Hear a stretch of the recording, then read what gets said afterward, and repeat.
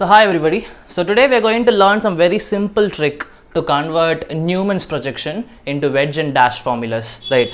So hope you know how Newman projections work. So it is going to be a representation of single CC bond and I would say a easy 3D representation in 2D plane. So this is how it goes.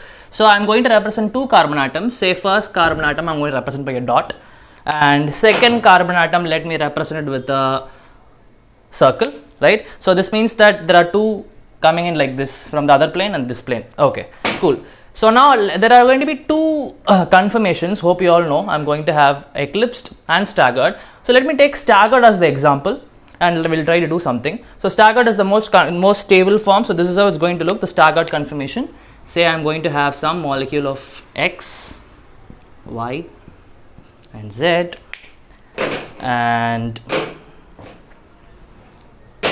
I'm going to have for this as A, B and C. These are substituents, right? 6 substituents. So now we are going to see how am I going to convert this into wedge and dash formulas. Okay.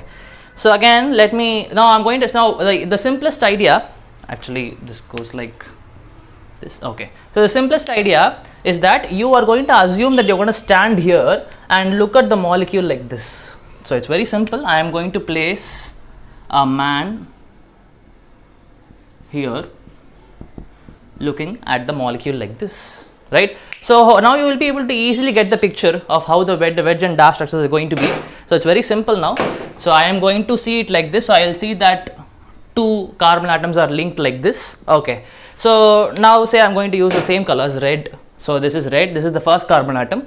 So you can see that the Y is coming towards you, isn't it? So now you know what is the symbol for coming towards you. So it's coming towards you with a wedge and it is Y, right? Now you can see that Z is going away from you. If you're looking at it, Z is going away from you. So I can easily say that Z is going away from me and the symbol is like this. And lastly, X is in the same plane but it is pointing up, right? So X in the same plane pointing up. Now going to the next one quickly, right? So easily again we'll be able to do. So A is coming towards you, looking at from here. So A is coming towards you. So something like this, a wedge with A, right? And then you can see that C is going away from you if you look at from that side. So C is going away from you, and at last B is pointing down in the same plane, B. So this is a very, very simple trick. So you can use this for doing RNS notations in stereochemistry and so on and so forth. I think it will be very useful. Thank you so much.